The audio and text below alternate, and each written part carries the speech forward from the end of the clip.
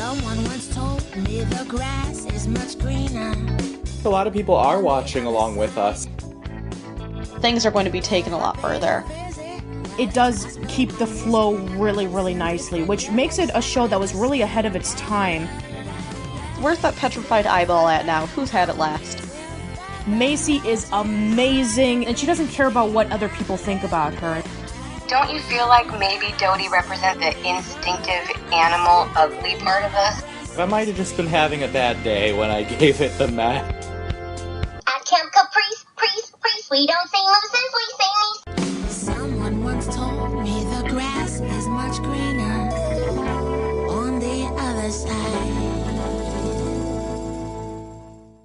Hello everyone, welcome to a brand new episode of We're In Between, the podcast where we discuss about every single episode of As Told by Ginger once a week. Last week we discussed about the episode Next Question. And this week, we have reached the Season 2 finale, discussing about the episode Driven to Extremes. This episode debuted on June 29th, 2003. The story was done by Nate Ettinger and Aaron Ehrlich, and the teleplay was done by Aaron Ehrlich. In this episode, a terribly strict substitute teacher comes to Ms. Zorski's class, making everyone's lives miserable. Miranda arranges for the students to TP the substitute's house and ring the doorbell, pelting her with eggs when she comes to answer. Ginger thinks this is going a little too far and backs out. But when she becomes concerned for the substitute, she decides to put an end to her classmates' schemes. On Monday, Ginger makes her speech to the sub about her strictness, and unfortunately, well, I'll reveal the ending later. Meanwhile, Carl offers to teach Mr. Licorice on how to ride a motorcycle for the Pet Talent Show. And I'm hoping that this episode is better than last week.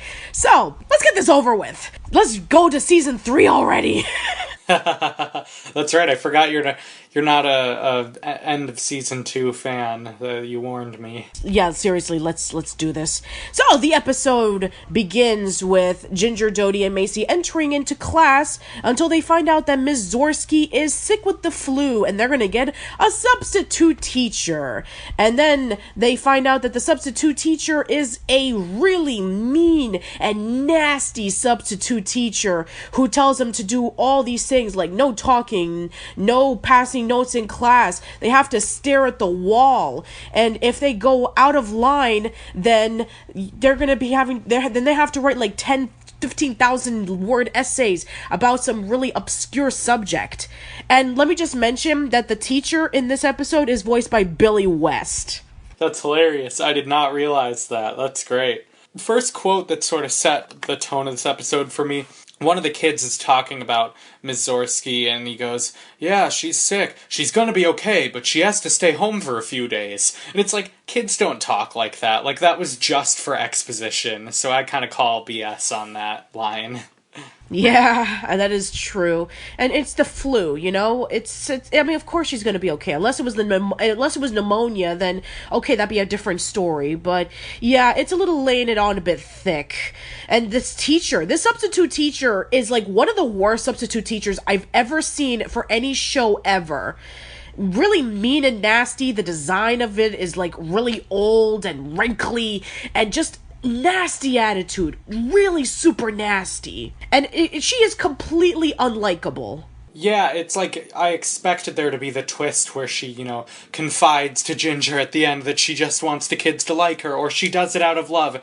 Nothing. Ever. No, nothing. And we've had various Nicktoons that has had substitute teachers. Like, you did one with Ray, about a couple of weeks ago. And we even briefly talked about a new teacher for Next Question. So yeah, we're having episodes dedicated to teachers for the next these couple of weeks. Well, and especially we just covered, Carl's teacher and that whole sad story too. So there's been a whole lot of teacher stuff going on. 3 whole weeks dedicated to at least one plot point involving with a teacher. I would say that out of all of them, this is the worst one. Yeah, I would agree with that. I do find it interesting and kind of frustrating how Carl and Hoodsey have been so Brandon-focused and less Blake-focused this season. I find their dynamic with Blake to be far more interesting than their dynamic with Brandon, but maybe that's just me. Yeah, you're right. There's been a lot more focus on for Brandon, at least in the past couple of weeks. You know, for example, we've had New Girl in Town, in which they have to go to Brandon's birthday party. We've had Next Question, in which, you know, they go over to Brandon's place so they can get close to the groundhog. We've had Never Can Say Goodbye, in which they help Brandon find Mr. Licorice when he goes missing. And yeah, you're absolutely right. There's been a lot of focus on Brandon throughout this season. I think there's been at least just as much or maybe slightly more episodes focusing with Brandon than with, you know, Carl, Hoodsey, and Blake. Yeah, that's true. And now in this one, Brandon and Mr. Licorice are going to a pet show, and they are training for various talents to see which one of them works. And Brandon wants to dress up Mr. Licorice in a sailor suit, and he plays the piccolo, and he's absolutely miserable. He kind of hints throughout the episode that he is like not really liking the way that he's being treated. Now this is another stock plot that we've seen. This happened in Doug, in which Doug wants to win the dog show the pet competition against Roger, and you know he's pushing Porkchop to win the competition, to do all these things, and Porkchop is miserable, and he doesn't realize it until the end of the episode. There's a SpongeBob episode in which SpongeBob is training Gary for the snail race, and he's pushing him so hard that he pretty much just falls apart and gets weakened. So this is another one of those stock episodes, and man, it's just so not interesting whatsoever. And it's a bit of a downer at the end. Yeah, it really is. What this episode did bless me with is the idea that Carl might become like an agent or some sort of talent scout or manager in the future, which would make so much sense for him. Yeah, that'd be kind of fun. It's like, I see potential in you, kid. Let's see if we can get you to do some acts for us. And they try everything. They do the can with Mr. Licorice wearing Ginger's skirt. They have Mr. Licorice, doing like a whole bunch of like crazy things until Carl decides, okay, we're gonna give him an edge. We're gonna put him these sunglasses. We're gonna have him wear a leather jacket, and he's gonna ride a motorcycle because that's never been done before, right? Right. Anyway, so yeah, it doesn't get any better for Ginger's plot, in which the teacher is just so incredibly unlikable, and then the students are just so fed up that they want to TP her house, and everybody's in, even Macy wants to get in, which actually shocks me. It's like, Macy, pure-hearted, good girl Macy, wants to be involved in TPing a teacher's house. It's like, wow, this is really serious. Yeah, it's, the sort of groupthink with the kids gets pretty out of control. Yeah, and it gets even worse when they find out that Ms. Zorsky is being quarantined at the hospital, and she has to stay there for 3 weeks, and so the students are even more miserable that they decide, in addition to TPing her house, they're going to throw eggs at her. And Ginger, then she realizes, okay, this is not right. I agree to the TPing, but I did not agree to the egg throwing, and she pretty much just calls herself out, and all the students pretty much call her a traitor. Yeah, they turn on her pretty quick. I, for one, don't see a huge difference between the eggs and the TPing, but the fact that Ginger has a line is, admirable.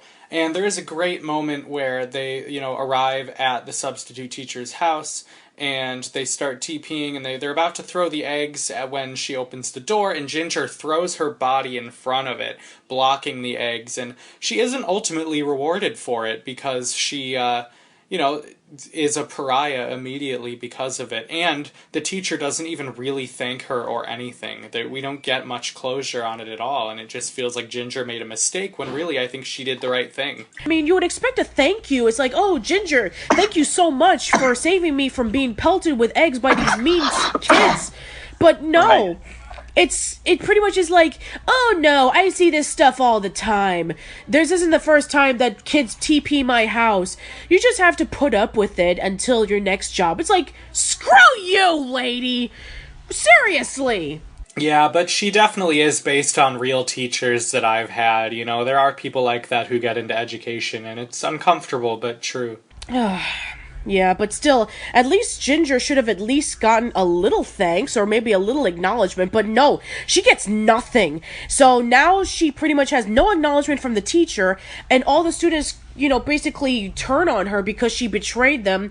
And Ginger was in a lose-lose situation. Now she has pretty much nothing. That's true. So we cut it back into Carl and Hoodsey's plot, and things do not turn out better for them because Mr. Licorice is just fed up. He's constantly in the motorcycle falling, and Brandon starts getting a little bit more furious, and he says to Carl that he fires him for being his talent agent. And Carl is even pretty upset about it, saying, like, I taught that monkey everything he knows. I gave him class. I gave him pizzazz. And at first, he kind of refuses to go over to the pet show, but then Hoodsey convinces him, saying, we should do it for Mr. Licorice. And then Carl pretty much accepts it. And so then we go over to the pet show, and man, it's like a full-blown disaster. Brandon plays the piccolo, Mr. Licorice isn't dancing, and everybody is booing at him. Right. Have you ever played the video game Banjo Tooie, Patricia? Briefly. Sequel to Banjo-Kazooie. I grew up on both of those games, and the piccolo lick, the little melody that he's playing, starts out note for note from the level Jolly Roger's Bay in Banjo-Tooie. It goes do-da-dee-da-da-da-da-da, and then the theme continues differently, but that just, for a moment, I was like, oh my god, is this going to be the Jolly Roger Bay level on Banjo-Tooie? And it wasn't. I hope someone else out there heard that, because I feel like I might be going crazy. Maybe it is. I mean, who knows? I mean, this episode came out in 2003, and if it takes a year to do it, and Banjo-Tooie came out in 2000, I mean, we've had our listeners comment about how, certain songs sound like this whenever Jared does, like, his little homages, so maybe that's it. Or maybe it's a complete coincidence, who knows? It could be. It very well could be. So, yeah, so even when Mr. Licorice picks up the piccolo and he plays it himself, nobody's impressed with it. They still boo, and they pretty much lose the competition, and Brandon is, like, really disappointed, and then Carl gives him a great lesson about how you shouldn't make Mr. Licorice something he's not, which we already learned this lesson. Remember the episode Never Can Say Goodbye, in which Mr. Licorice ran away for that same reason, that Brandon was over smothering him and trying to make him into something that he wasn't. I mean, sure, it was like for a pet show, but we kind of already did this lesson, to a slightly more different extent because it's a pet show, but still, I mean, I'm not convinced. Yeah. No, it's just a weird plot, and it's more involving animals again. It's like, I love animals, but can we give it a rest for a second, Carl? Alright, let's get to the ending. The next day, the teacher announces that, she's gonna make everybody who was involved with the TP write a huge essay. Ginger pretty much is fed up with it, so she moves her desk from the wall to where it was before, and all the other students are doing it. And she pretty much just lays it out thick to the teacher, saying, "You're not Ms. Zorsky. You don't deserve to be treating us like this. In order for you to get respect, you don't force it. You should earn respect." And she says everything correct to this teacher. She's standing up to this teacher, saying the truth, and what does she end up with? Detention. Yep, and that's just the end. Yeah, that's just the end. A big, flaming middle finger of an ending. Yeah, I was really annoyed by that. You should take what your teacher does, even if you don't agree with it. Even if the teacher is mean and acts really unorthodox, even if they're not your real teacher, you should put up with it anyway. Or else you're gonna get detention. Ugh! I'm done. I'm done with this episode. Shall we wrap it up? Nay! Just nay! This episode is even worse than last week. Oh my... what is the deal with As Told by Ginger and not doing proper season finales? I mean, sure, I've had problems with Summer of Camp Caprice, but hey, that was their first TV movie, and at least, they were actually following up to that. But no, this is worse. This is worse than the season 1 ending. This episode is awful. Hands down, one of the worst episodes of As Told by Ginger. It does not make you satisfied in any which way. Similar to Sibling Revelry, I hate both of their plots. Ginger's plot is so frustrating and irritating and just makes you angry. And Carl's plot is so predictable. All the original ideas that were featured in the previous episodes throughout season 2 are gone. For what? A stereotypically stock plot with a pet show? No. I'm done. No, nay. Just All around nay. This one will be a rare nay from me, though. I don't have much more to contribute than that. Alright. Alright, well, thank you guys so much for listening. As always, we've made it through Season 2, and next week we'll be doing our Season 2 recap. See you next time. Bye. Alright. Finally, that's done. Oh my god.